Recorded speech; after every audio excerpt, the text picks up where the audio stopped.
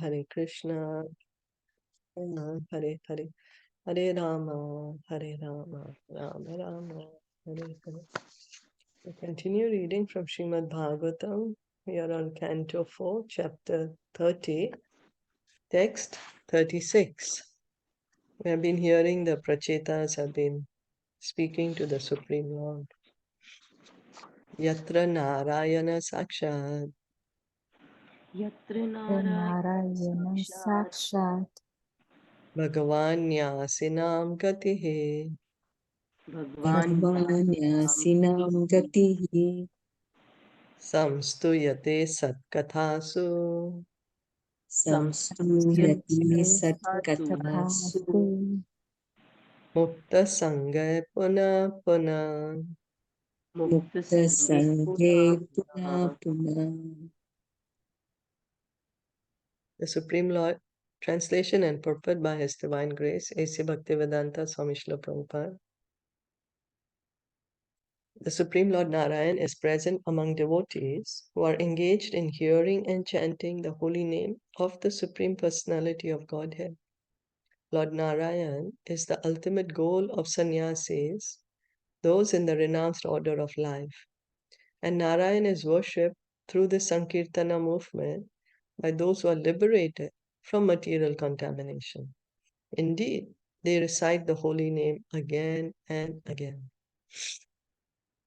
The Mayavadi sannyasis are missing the real presence of Narayan. This is because they falsely claim to be Narayan himself. According to the customary etiquette of Mayavadi sannyasis, they address one another as Narayan to say that everyone is a temple of Narayan is correct. But to accept another human being as Narayan is a great offense. So how we can understand that the Supreme Lord as Paramatma is in everyone's body. So everyone's body is a temple where God is residing. Yes. But to think that everyone is Narayan, that is not correct. Because only Narayan is Narayan. We cannot become Narayan. Narayan is not a post. Yeah, we can become Lord Brahma because Lord Brahma, that's a post. There's a living entity who's sitting in the position of Lord Brahma. Just like anyone, if they are qualified, can become president or prime minister of a country. As long as they have the qualification, they can be appointed in that position. But nobody can be appointed to become Narayan. Nobody can be appointed to become God. God is not a post. So the conception of Daritra Narayan, poor Narayan, an attempt to identify the poor with Narayan is also a great offense. Because some people say, oh, Narayan, the poor man is Narayan. No, God is God. God is complete in all opulences. We can say the poor man is a part and parcel of God, yes, just as the rich man is, just as any other living entity is. But not that God has become poor. No, He's the controller of the material spiritual worlds. He's the richest person. Even to identify Narayan with demigods like Lord Brahma and Lord Shiva is an offense. Yastu Narayanam Devam Brahma Rudradi Devate Samatveneva Viksheta Sapasandi Bhavedruvam. One who considers Lord Narayan on a level with great demigods like Lord Brahma and Lord Shiva is immediately listed among non-believers. So even Lord Brahma, Lord Shiva, they are part and parcel of Lord Narayan. No one is equal to or greater than God, and no one will ever become equal to or greater than God. By saying that any personality, however great they may be, now who can be more greater than Lord Brahma or Lord Shiva within this universe? They are the controllers of this universe. Even they can't be compared to Lord Narayan. Even they are not equal to Lord Narayan. The fact is that by performing Sankirtan Yagya, one can immediately please the Supreme Personality of Godhead. Then Narayan himself descends and immediately is present. So how to please the Lord? By performing Sankirtan, hearing and chanting in the association of devotees. In this age of Kali, Narayan is immediately present in the form of Lord Chaitanya. Concerning Lord Chaitanya, Srimad Bhagavatam, Canto 11, Chapter 5, Text 32 states, Krishna Varnam Pisha Krishnam Sango Pankastra Parshadam Yagya Sankirtana Praye Yachanti Hi Sumedasa. In the age of Kali, intelligent persons perform congregational chanting to worship the incarnation of Godhead, who constantly sings the name of Krishna.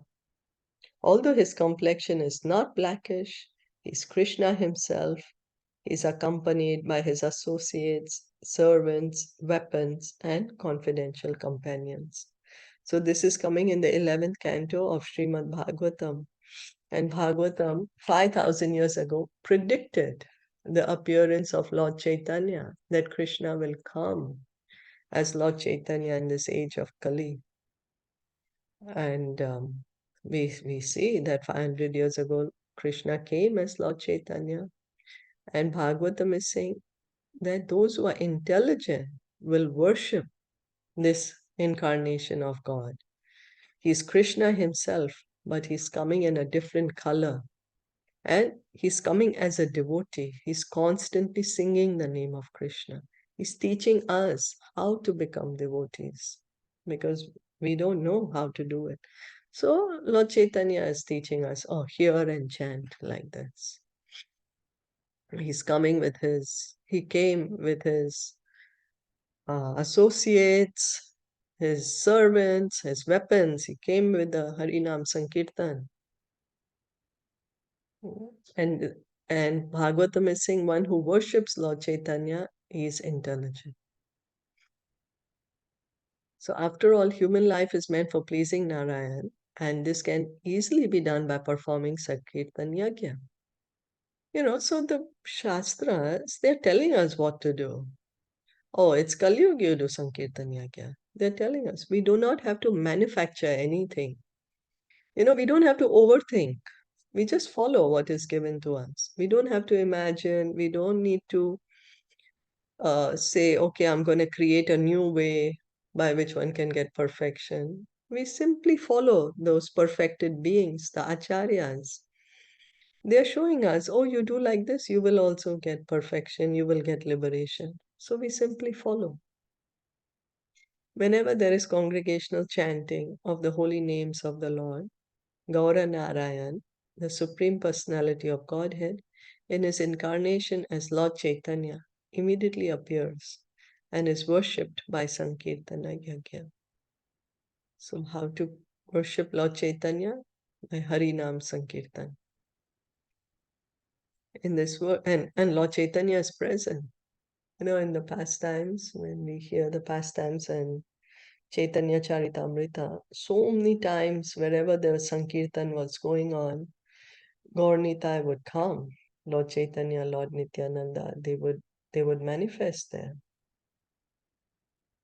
Like, for example, the first Gaur Purnima festival was being held by Narottam Das Thakur.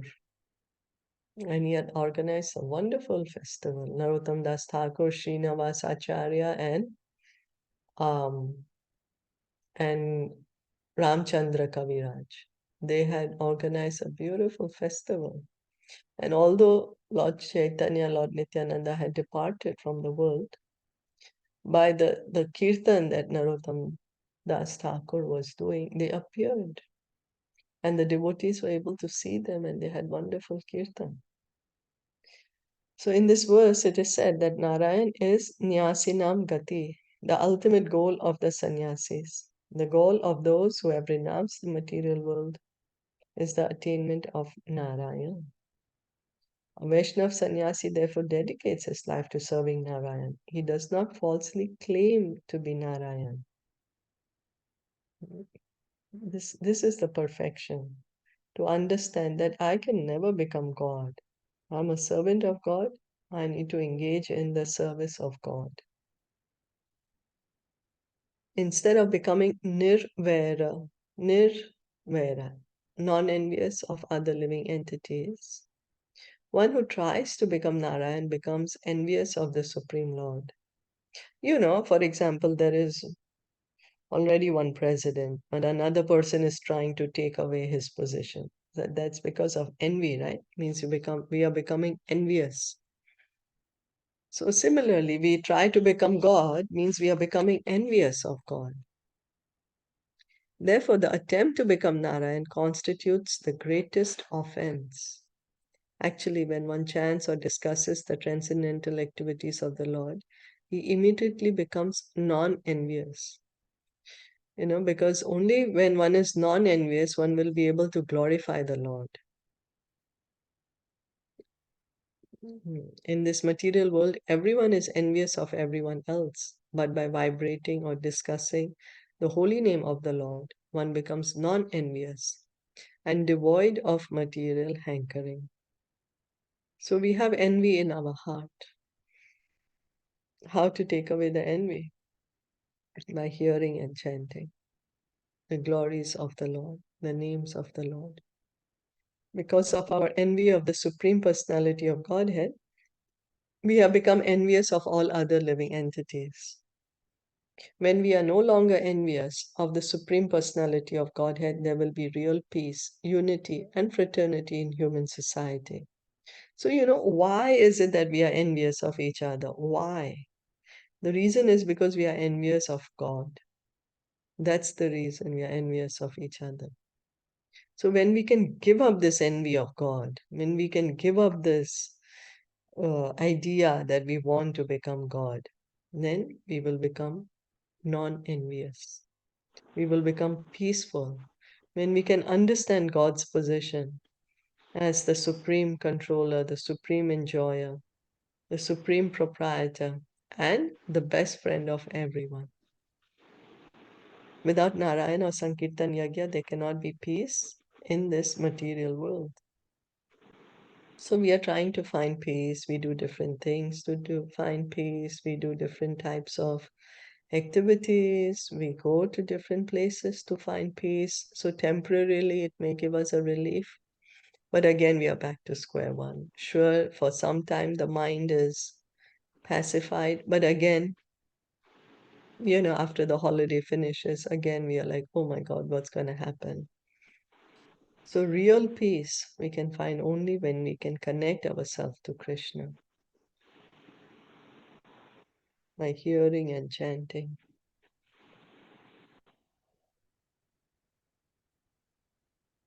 Tesham vicharatam padbhyam Tesham Temisham vicharatam vicharatam padvyam patyam tirthanam pavane chaya Tirthanam Tirthanam Nichaya. pavanechaya hitasya kim na rocheta Vetasya Vitasya kinna kinna rocheta. rocheta tavakanam samagama.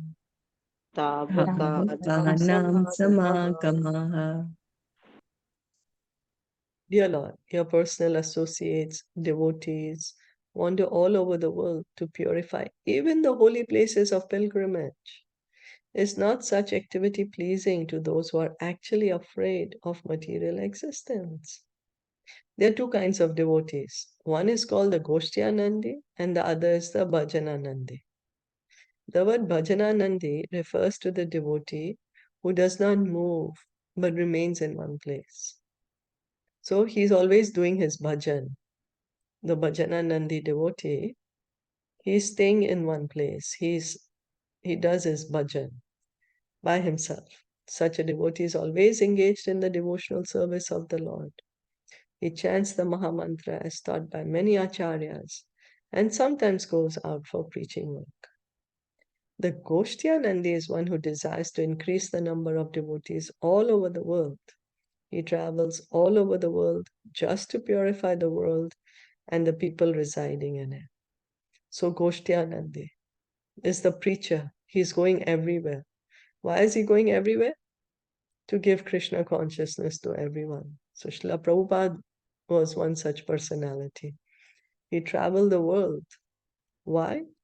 To give Krishna consciousness to everyone. It's the Goshtianandi. Chaitanya Mahaprabhu advised, Prithvi te ache yata nagaradi gram sarvatra prachar haibe morana. Lord Chaitanya Mahaprabhu wanted his followers to move all over the world to preach in every town and village.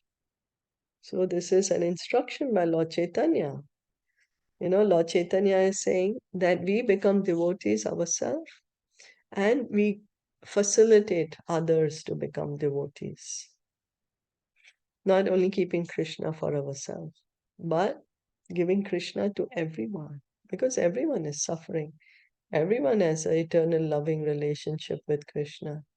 We simply have to give an opportunity for everyone to hear about Krishna, to chant Krishna's names.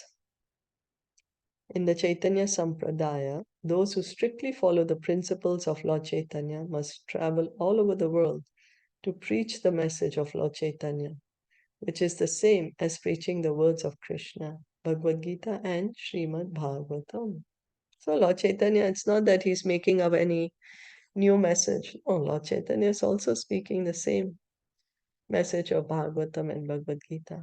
The more the devotees preach the principles of Krishna Katha, the more people throughout the world will benefit.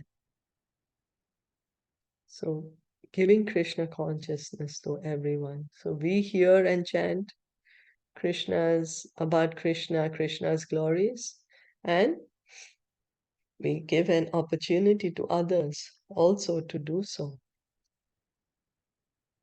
Give the good fortune that we have received, give the good fortune to others. Spread Lord Chaitanya's mercy to everyone. Devotees like the great sage Narad, who travel all over to preach, are called Goshtianandi. Narad Muni is always wandering throughout the universe just to create different types of devotees. So why is Narad Muni going around? We travel, we say, oh, let me go and see this country. I heard it's very beautiful. I heard the whatever, something so and so is so famous, and so I want to try it out. Now, Narad Muni, he's going around the full universe, different planets, different atmospheres, different species. Why? Just to give Krishna consciousness to everyone, to make devotees. Narad even made a hunter a devotee. He also made Dhruv Maharaj and Prahlad devotees. Actually, all devotees are indebted to the great sage Narad, for he has wandered both in heaven and in hell. Narad Muni. And he's Acharya, he's even in our line, because Brahmaji, he gave the knowledge to Narad, Narad gave to Vyasadeva. So Narad Muni is even the spiritual master of Vyasadeva. We can see he's such a great spiritual master that his disciples are so great that we are hearing about them even today. So he's a great, great personality. A devotee of the Lord is not even afraid of hell. He goes to preach the glories of the Lord everywhere, even in hell, because there's no distinction between heaven and hell for a devotee. So he does not care. His consciousness is fixed in Krishna. He's always with Krishna. So it doesn't matter to him where he is going. And his only business, hearing and chanting, giving Krishna consciousness to others, making others devotee. For example, we were hearing some time ago that Narad Muni, he got compassionate to Prachina Barishat. And so he came himself to speak to Prachina Barishat. He told him the story of Puranjana. So he's so compassionate. He's going everywhere to wake up the sleeping souls. Narayana parasarve na kutaschana bhibyati Svarga pavarga narkeshva apitulyartha darshina. A pure devotee of Narayan is never afraid of going anywhere and everywhere. For him, heaven and hell are one and the same. Bhagavatam, Canto 6, Chapter 17, Text 28. Such devotees wandering all over the world deliver those who are actually afraid of this material existence. So the only business of the devotees, what are they doing everywhere? Reclaiming us fallen souls, souls like us who are conditioned. So the pure devotees are going everywhere to tell us about Krishna, to bring us out of this material world. Some people are already disgusted with material existence, being confused and frustrated by material enjoyment. And some people who are intelligent are interested in understanding the Supreme Lord. Both may take advantage of the pure devotee who wanders throughout the world. So it doesn't matter where we are, what is our incentive. One may be seeking wealth, as Krishna says, no? One is seeking wealth, one is wanting knowledge, one is inquisitive, or one is, what is that?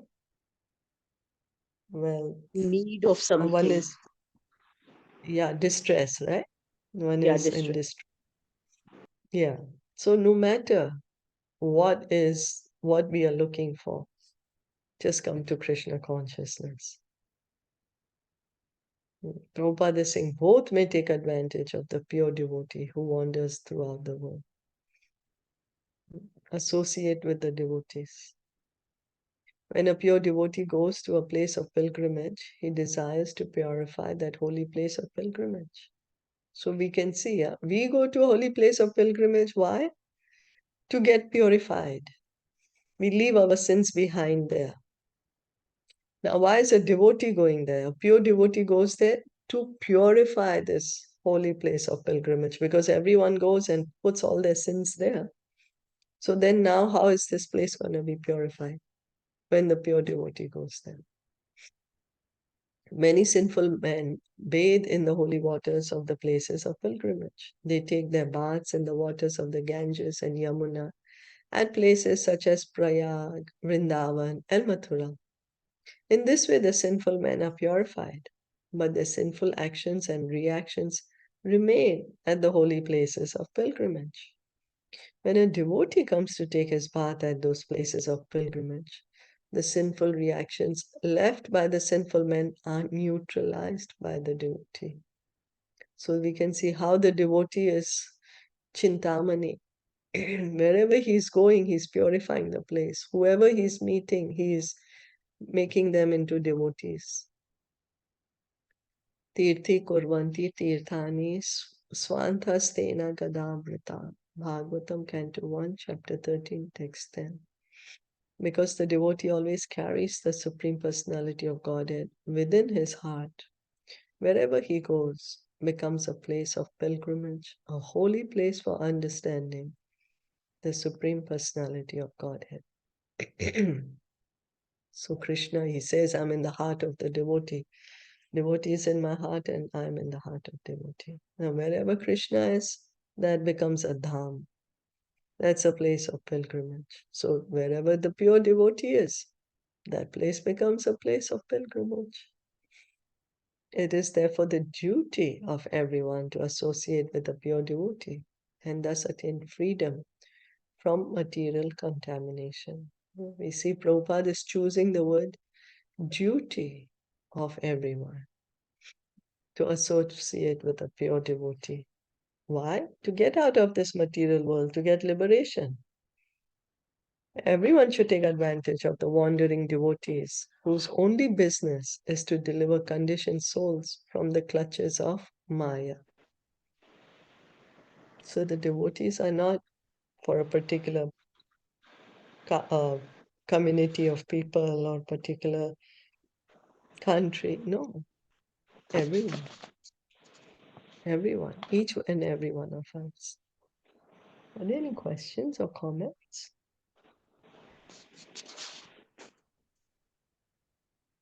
No. Did anyone want to add anything?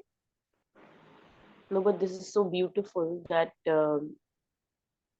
the pure devotees, when they go to some place like a Sthan, or when they go to bathe in the, then they make it pure, right? Yeah. Yeah. Wow. Yeah, And they then purify the when some mind. pure devotee comes, we don't want to go and visit the pure devotee and we want to go to Vrindavan. But rather, we can just visit Yeah. the pure devotee, right? Yes, yes. Take advantage. Yes. Or like you Wherever. can call devotee, go to your place and sanctify your house. Make it a Yes, right yes, more. yes, yes. Of course. Very And also in nice. Caitaniya Caritamita, it said that Yare Dekha Tare Kaha Krishna Upadesh. Yes, So we should try to give Krishna's name to everyone, whoever we yes. meet. That's right. Whoever we meet, we give them Krishna's name. Yes. Thank you. That's what Lord Chaitanya's instruction is for us. You give Krishna to everyone. Thank you. Wow.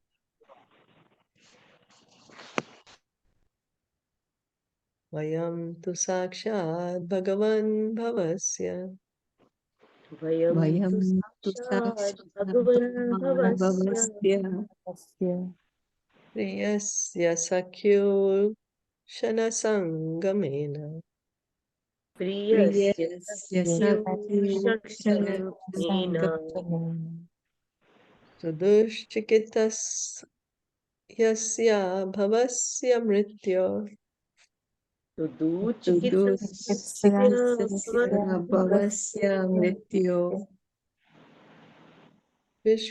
Pishatamam Twadya Gatim Gatasma vishatamam adyagatim Adyatasma. tatasma.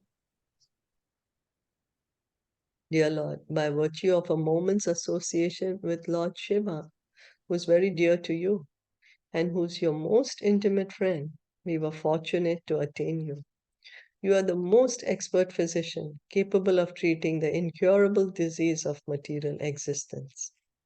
On account of our great fortune, we have been able to take shelter at your lotus feet. So here the Prachetas are glorifying, telling us the value of association with a pure devotee. It has been said, Harim Vinana Mritim Tarante. Without taking shelter of the lotus feet of the personality of Godhead, one cannot attain relief from the clutches of Maya, the repetition of birth, old age, disease, and death. Harim Vinana Mritim Tarante. So if one at all wants to get out of this material world, one at all wants to get out of the clutches of Maya, one at all wants to stop repetition of birth and death, one has to take shelter of God. Has to. There is no other way. The Prachetas received the shelter of the Supreme Personality of Godhead by the grace of Lord Shiva. Lord Shiva is the supreme devotee of Lord Vishnu, the Supreme Personality of Godhead. Vaishnavanam Yatha Shambhu. The most exalted Vaishnava is Lord Shiva. And those who are actually devotees of Lord Shiva follow Lord Shiva's advice and take shelter at the lotus feet of Lord Vishnu. So here Lord Shiva, he instructed the Prachetas and they followed his advice. They chanted the prayers sung by Lord Shiva. And what was the result? They are able to see God face to face. So Lord Shiva's advice is what? To engage in devotional service to Lord Krishna. The so-called devotees of Lord Shiva, who are simply after material prosperity, are in a way deceived by Lord Shiva. He does not actually deceive them because Lord Shiva has no business deceiving people. But because the so-called devotees of Lord Shiva want to be deceived, Lord Shiva, who is very easily pleased, allows them all kinds of material benedictions. These benedictions might ironically result in the destruction of the so-called devotees.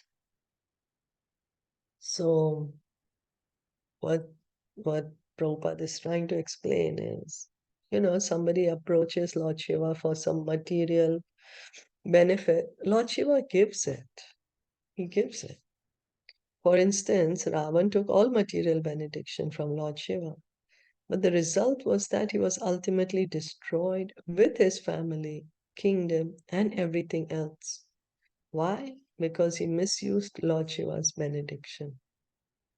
Because of his material power, he became very proud and puffed up, so that he dared kidnap the wife of Lord Ramachandra.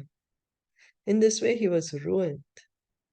To get material benedictions from Lord Shiva is not difficult, but actually these are not benedictions. So Lord Shiva gave so much benediction to Ravan. So one may say that Lord Shiva was really kind to Ravan. Yeah, but in the short term it appears so. But what about the long term? Because life is, after all, eternal. We are souls. We eternally exist. Sometimes in one body and other times in another. So there is no eternal benefit in getting material benedictions. Sure, temporarily it feels nice. One enjoys a lot. But this is the reason that these benedictions are called, that they are not actually benedictions. The Pracetās receive benediction from Lord Shiva, and as a result, they attain the shelter of the lotus feet of Lord Vishnu. So Lord Shiva gave real benediction to Pracetās. He taught them how to engage in devotional service, and they are seeing God face to face. The gopis also worship Lord Shiva in Vrindavan, and the Lord is still staying there as Gopishwara. The gopis, however, pray that Lord Shiva bless them by giving them Lord Krishna as their husband. There is no harm in worshipping the demigods, provided that one's aim is to return home back to Godhead. Generally, people go to the demigods for material benefit.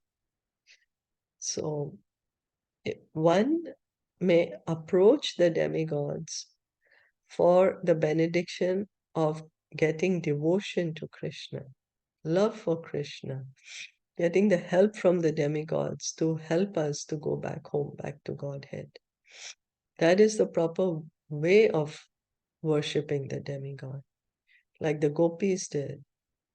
They prayed to Lord Shiva because they wanted Krishna as their husband.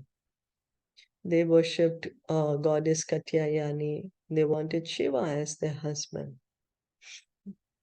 And Gopishwar, Lord Shiva is there still as Gopeshwar. He's in Vrindavan.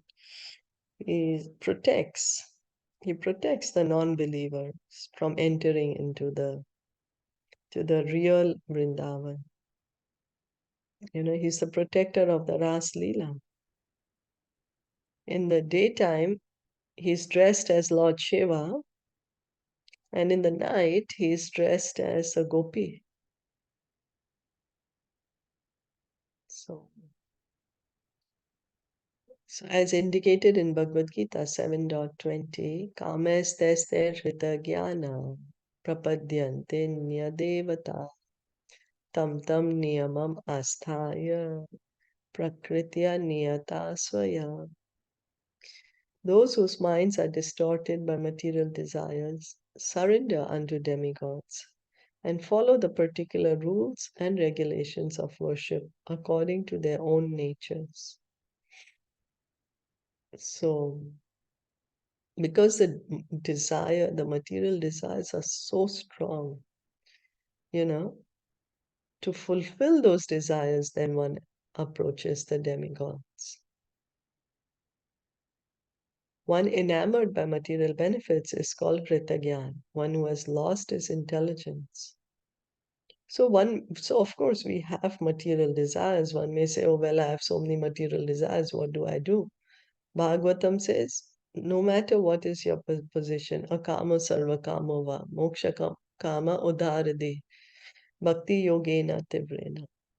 That no matter whether we are full of material desires, we have no material desire, or we desire liberation, just engage in devotional service to Krishna. worship Krishna, and one will get all perfection, get the highest perfection. In this connection, it is to be noted that sometimes in revealed scriptures, Lord Shiva is described as being non-different from the Supreme Personality of Godhead. The point is that Lord Shiva and Lord Vishnu are so intimately connected that there is no difference in opinion. The actual fact is, Ekale Ishvara Krishna Arasabha Pratyam. The only Supreme Master is Krishna, and all others are his devotees or servants. Caitaniya Caritamita Adi Leela, Chapter 5, Text 142. This is the real fact, and there is no difference of opinion between Lord Shiva and Lord Vishnu in this connection. Nowhere in revealed scripture does Lord Shiva claim to be equal to Lord Vishnu. This is simply the creation of the so-called devotees of Lord Shiva, who claim that Lord Shiva and Lord Vishnu are one. So when the scriptures are saying that they are non-different, so we have to understand, what do you mean by saying non-different? That non-different in opinion. Lord Shiva, he knows he's a servant of Krishna, that Krishna is the Supreme Lord, he's his master, and that Lord Shiva is his eternal servant. After the Mohini pastime happens, that Lord Shiva gets so enamored by Mohini, then he says, oh my God, I'm so glad that you are my master and I'm your servant. I'm so glad that you're able to defeat me. Lord Shiva says such things to Krishna, to Lord Vishnu. So Lord Shiva never claims that he is equal to God. He is always telling people, in fact, how to worship Krishna, how to worship Lord Vishnu. This is strictly forbidden in the Vaishnava Tantra. Yastu Narayanam Devam. Lord Vishnu, Lord Shiva, and Lord Brahma are intimately connected as master and servants. Shiva Rinchi Nutam. Shiva Virinchi Nutam. Vishnu is honored and offered obeisances by Lord Shiva and Lord Brahma. To consider that they are all equal is a great offense. They are all equal in the sense that Lord Vishnu is the Supreme Personality of Godhead and all others are his eternal servants. So Lord Shiva and Lord Brahma have completely understood this fact. Position of Krishna, position of God, and their position in relation to God. They understand that Lord Vishnu is God and that they are his eternal servants. And in this way, they are considered equal because they understand that equality is in the understanding, not equal in potency. And thinking that Lord Shiva and Lord Brahma are equal to Lord Vishnu in all respects is a great offense. It's undermining the position of God, undermining the position of Lord Vishnu.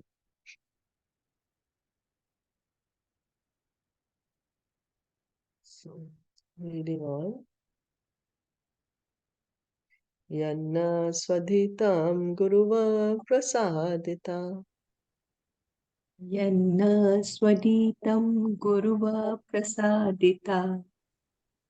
Viprascha viddhascha sad anuvritya. Viprascha viprascha sad anuvritya. Aryanatasuridho pratarascha. Aryanata supratarascha. Sarvani bhutani anasuyayeva. Sarvani bhutani anasuyayaiva. Yanna sutaptam tapa etadisha. Yanna sutaptam tapaet isha. nirandhasam kalam abhadramapsu.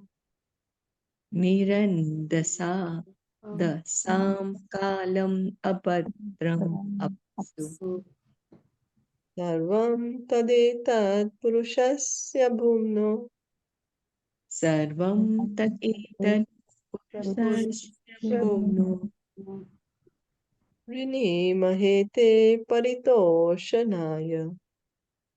Rini mahete paritoshanaya.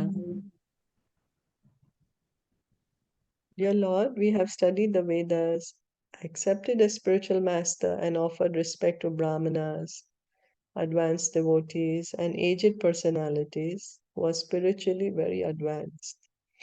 We have offered our respects to them, and we have not been envious of any brother, friends, or anyone else. We have also undergone severe austerities within the water and have not taken food for a long time.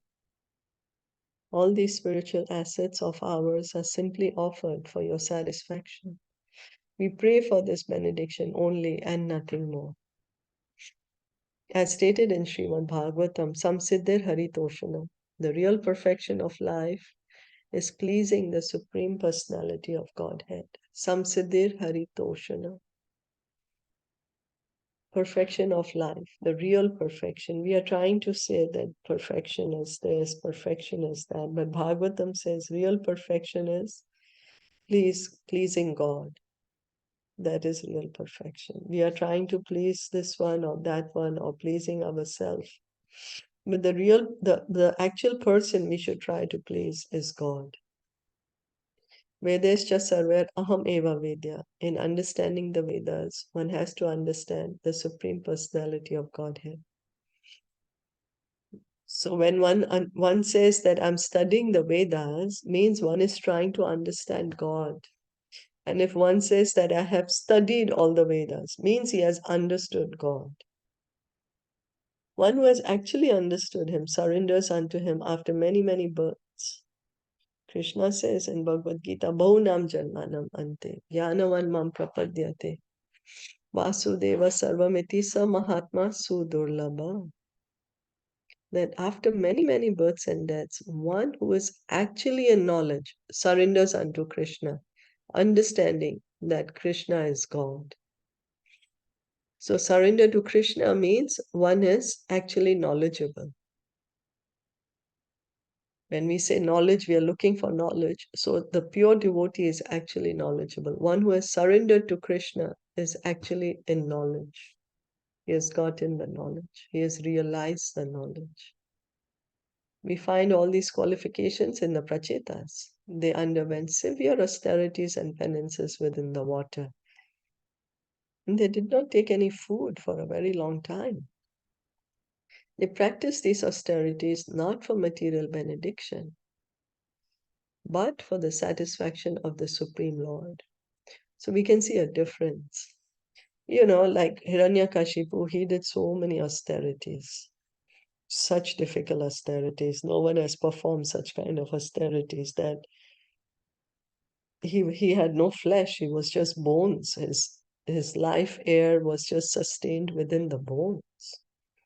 But the intention for doing those austerities was that he wanted for himself to become as good as God. He wanted to become immortal, that he would not be killed. But now the Pracetās did austerities, and the reason they did austerities is because they want to satisfy God. So one may engage in any business, material or spiritual, but the purpose should be the satisfaction of the Supreme Personality of Godhead. Krishna says in Bhagavad Gita, whatever you do it for me, he says. Doing it for the pleasure of Krishna. Work done as a sacrifice for Lord Vishnu. Work done as a sacrifice for the pleasure of Vishnu. It gives us liberation from this material world. Otherwise, work becomes binding. So this is what we are trying to understand here. So this verse presents a perfect picture of Vedic civilization. People training to become devotees should be respectful not only to the Supreme Personality of Godhead, but also to those who are elderly in knowledge, who are Aryans and actual devotees of the Lord. An Aryan is one who does not boast, but is an actual devotee of the Lord. Aryan means advanced. Formerly, those who claimed to be Aryans had to be devotees of the Lord. So the Aryan, if somebody said they're Aryan, means they are pure devotee. For instance, in Bhagavad Gita 2.2, Krishna chastised Arjuna by saying that he was speaking like a non-Aryan. Shri Bhagavan Vacha Kutastva Kashmalam Idam Vishame Samupasthitam Anarya Justam Asvargyam Akirti Karam Arjuna. The Supreme Person, Bhagwan, said, "My dear Arjuna, how have these impurities come upon you? They are not at all befitting a man who knows the progressive values of life. They do not lead to higher planets, but to infamy." Arjuna, the Kshatriya, was refusing to fight despite being directly ordered by the Supreme Lord. He was thus chastised by the Lord as belonging to a non-Aryan family.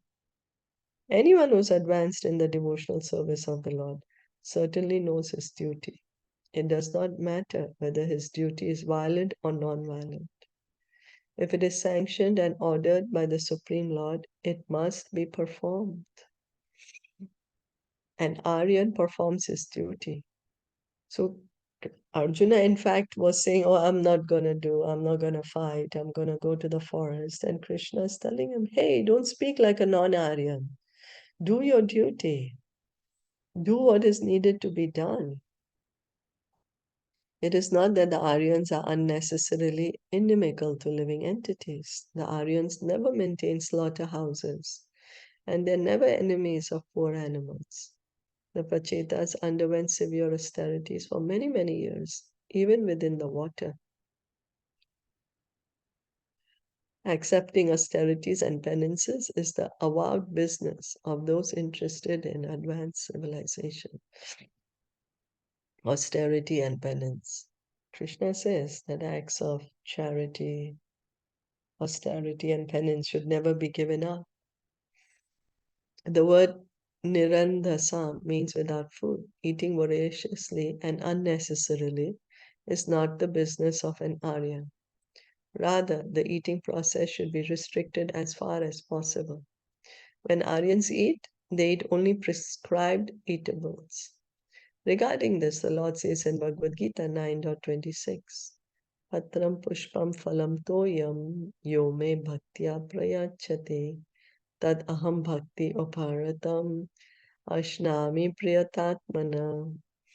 If one offers me with love and devotion a leaf, a flower, fruit, or water, I will accept it. Thus, there are restrictions for the advanced Aryans. Although the Lord himself can eat anything and everything, he restricts himself to vegetables, fruits, milk, and so on. This verse thus describes the activities of those who claim to be Aryans.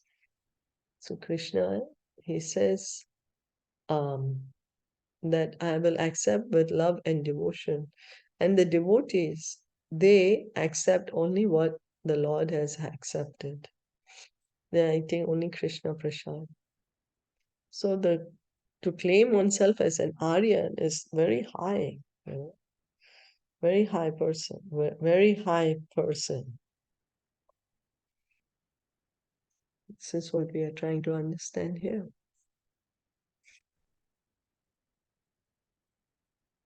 So,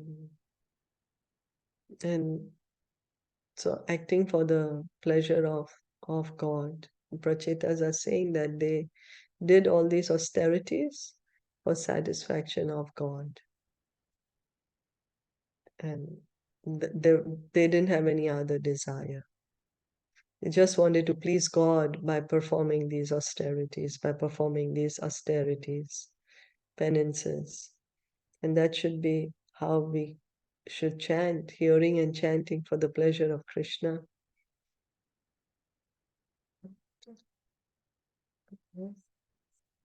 So let's stop here for today. That's all right. Oh, I'm sorry. The page just went away. So we'll stop here. Srila Prabhupada ki jai, Srimad Bhagavatam ki jai, Gaur Bhakta Vrinda ki jai, Hare Krishna.